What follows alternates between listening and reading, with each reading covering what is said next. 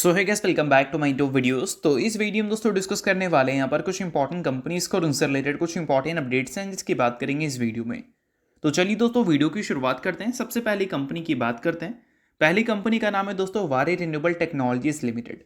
But इसको discuss करने से पहले दोस्तों अगर आपने अभी तक चैनल को सब्सक्राइब नहीं किया है तो चैनल को सब्सक्राइब करके बेल आइकन को प्रेस कर लो और सेबी रजिस्टर्ड टेलीग्राम चैनल को भी ज्वाइन कर लेना, जिसका लिंक आपको डिस्क्रिप्शन में देखने को मिल जाएगा।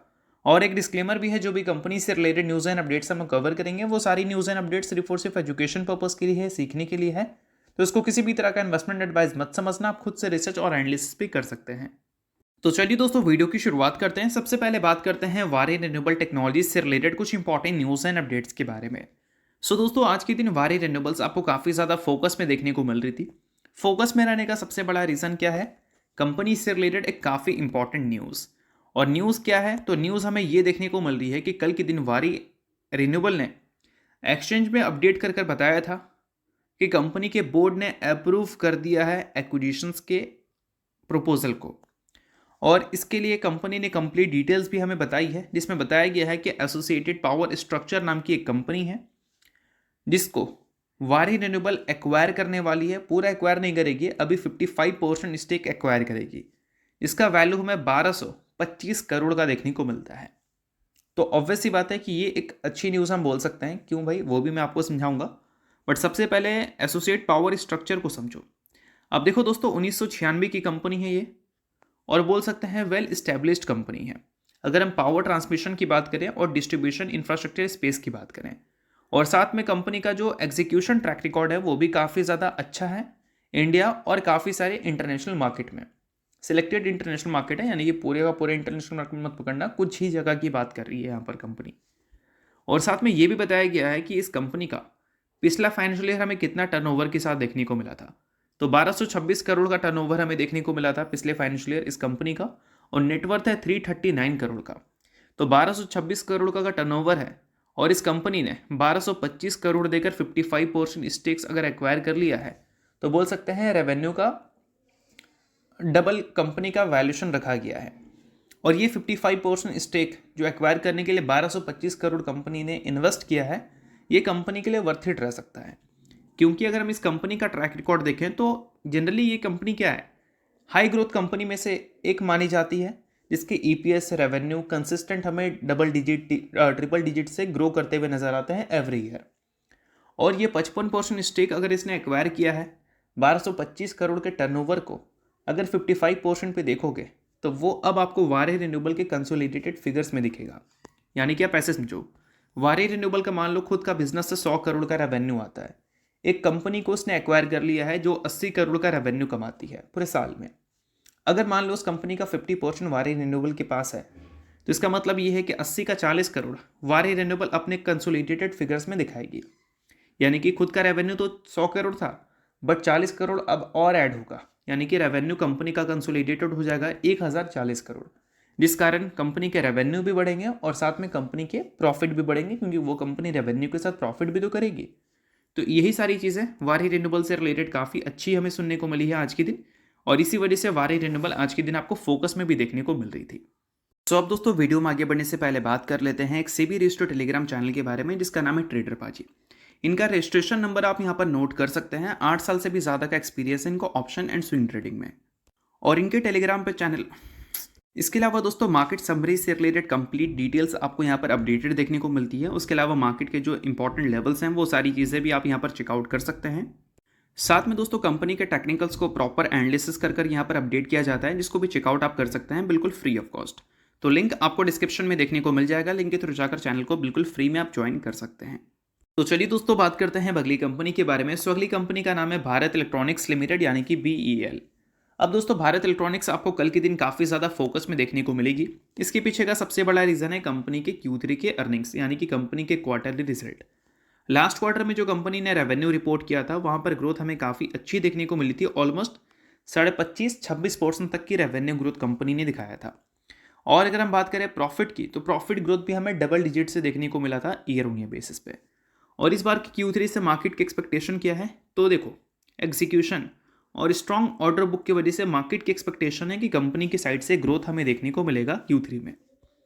अब एग्जैक्ट देखोगे क्या एक्सपेक्टेशन है, तो मनी कंट्रोल के एस्टिमेट हमें ये बता रहे हैं कि कंपनी का जो रेवेन्यू है वो इस बार ईयर ऑन ईयर बेसिस पे 16.2% से ग्रो करता हुआ नजर आएगा, जो कि बोल सकते हैं स्ट्रॉन्ग टॉप लाइन ग्रोथ दिखाएगा, यानी कि स्ट्रॉन्ग रेवेन्यू ग्रोथ हमें देखने को मिल सकती है। और अगर हम प्रॉफिट की बात करें तो वहाँ पर 12.3% की ग्रोथ हमें इस बार ईयर ऑन ईयर बेसिस पे देखने को मिलेगी। और मार्जिन स्लाइटली हमें घटता हुआ नजर आएगा। 28.9% का जो मार्जिन था पिछले क्वार्टर में वो घटकर 28.2% हमें देखने को मिल सकती है। ये है कंपनी के रिजल्ट की एक्सपेक्टेशंस। बाकी अगर हम सभी ब्रोकरेज हाउस की एक्सपेक्टेशंस की बात करें तो मोतीलाल ओसवाल 6,780 करोड़ की रेवेन्यू उम्मीद कर रही है, कोटक इंस्टीट्यूशनल 6,738 करोड़ का रेवेन्यू उम्मीद कर रही है। तो सबसे ज़्यादा एक्सपेक्टेशन है मोतीलाल ओसवाल का, और सबसे कम एक्सपेक्टेशन अगर किसी का है तो वो है इलारा कैपिटल का, जो कि 6,348 करोड़ का है। तो इसका मतलब क्या? इसका मतलब ये है कि मिनिमम आपको इतना तो रिपोर्ट करना है, और अगर एक्सपेक्टेशन से बेहतर चाहिए आपको नंबर तो 6,780 करोड़ के ऊपर का नंबर रिपोर्ट आपको करना होगा। एवरेज अगर देखोगे तो 6,704 करोड़ का है रेवेन्यू का, 1472 करोड़ है प्रॉफिट का, और EBITDA मार्जिन लगभग 28% का है।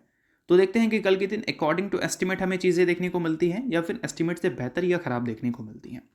साथ में रिसेंटली जो यूरोपियन यूनियन से जो डील हमारा देखने को मिल रहा है, उन सारी चीज़ों की वजह से भी हमारी जो डिफेंस कंपनी है उनको काफ़ी अच्छे एक्सपोर्ट ऑर्डर भी मिलते हुए नज़र आ सकते हैं, जिसमें BEL जैसी कंपनीज का काफ़ी स्ट्रॉन्ग बोल सकते हैं प्रेजेंस उस एक्सपोर्ट ऑर्डर में हमें देखने को मिल सकता है। और इसके एग्जीक्यूशन की बात करें तो काफ़ी बेटर एग्जीक्यूशन है इस कंपनी का बाकी डिफेंस कंपनी के कंपैरिजन में। तो इस वजह से डिफेंस एक्सपोर्ट का जो एम है गवर्नमेंट का, उस एम में कंपनी का अच्छा कंट्रीब्यूशन भी हमें देखने को मिल सकता है। तो ये सारी चीज़ें आप नोट कर सकते हो अगर आप इस कंपनी के शेयर होल्डर हो तो। बाकी नेक्स्ट बात करें दोस्तों तो नाम है दोस्तों इन्फोबीन्स टेक्नोलॉजीज, जिसने रिसेंटली अपने Q3 के अर्निंग्स को रिपोर्ट किया था। अर्निंग्स के बाद दोस्तों कंपनी ने बोनस अनाउंसमेंट किया था। बोनस अनाउंसमेंट का रेशो था 3:1, यानी कि हर एक शेयर के बदले कंपनी ने 3 इक्विटी शेयर देने का फैसला किया था अपने इन्वेस्टर्स को। सो अगर आप इस कंपनी के शेयर होल्डर हैं तो बेशक इस न्यूज़ को आप नोट कर सकते हैं। शेयर होल्डर नहीं है आप इग्नोर कर सकते हैं, न्यूज़ थी इस वजह से मैंने बता दिया, बाकी ये किसी भी तरह का रिकमेंडेशन नहीं है। नेक्स्ट बात करते हैं दोस्तों BSE के बारे में। अब देखो दोस्तों BSE की अगर हम बात करें तो पिछले कुछ टाइम में NSE के IPO की बज़ हमें काफ़ी ज़्यादा क्रिएट होती हुई दिखी है, जिस कारण BSE की परफॉर्मेंस हमें काफ़ी अच्छी देखने को मिल रही है। अभी रिसेंटली क्या हुआ है कि जो सेबी के चेयरपर्सन है तुहिन कांता पांडे, उनकी तरफ से ही हमें चीज़ें सुनने को मिली है कि वो एडवांस स्टेज पे आ चुके हैं इशू करने का। क्या चीज़? NOC, यानी कि नो ऑब्जेक्शन सर्टिफिकेट। ठीक है, किसको?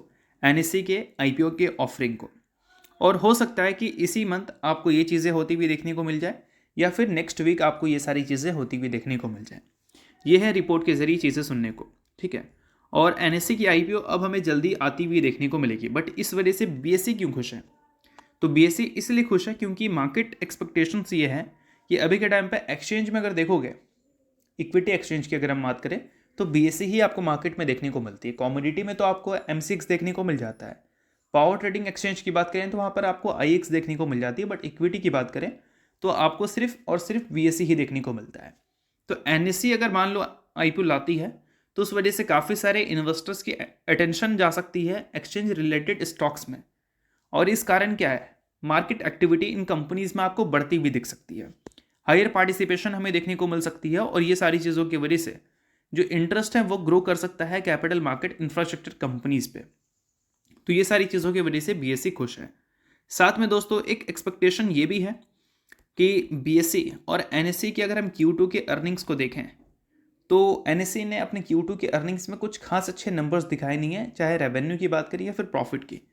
बट वही BSE के नंबर्स की बात करें तो ये काफ़ी अच्छी ग्रोथ दिखाई दी खराब मार्केट होने के बावजूद भी। तो इस वजह से भी एक एक्सपेक्टेशन है कि जो वैल्यूशन है वो हमें इम्प्रूव करता हुआ नज़र आ सकता है BSE का NSE के IPO की वजह से, क्योंकि NSE अगर IPO लाएगी तो ऑब्वियस से बात है कि वो सस्ता वैल्यूशन तो लाएगी नहीं।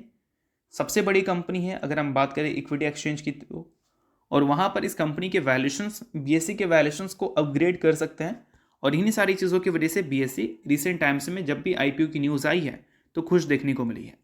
अभी 52 वीक हाई से BSE इतने मार्केट को वॉलेटाइल होने के बावजूद भी सिर्फ आपको 9.32% नीचे दिख रही है, क्योंकि नंबर्स कंपनी के रिसेंटली अच्छे देखने को मिले हैं, और नंबर्स की जो एक्सपेक्टेशंस हैं वो भी हमें काफ़ी अच्छी देखने को मिल रही है। तो इन सारी चीज़ों की वजह से BSE की परफॉर्मेंस थोड़ी सी बेहतर है अभी अगर बाकी कंपनीज़ के हिसाब से कंपैरिजन करें तो दोस्तों ये सारी चीज़ें जो हमने डिस्कस किया, ये सभी चीज़ें सिर्फ और सिर्फ एजुकेशन पर्पज़ के लिए, किसी भी तरह का रिकमेंडेशन नहीं है। तो आप खुद का रिसर्च और एनालिसिस भी कर सकते हैं।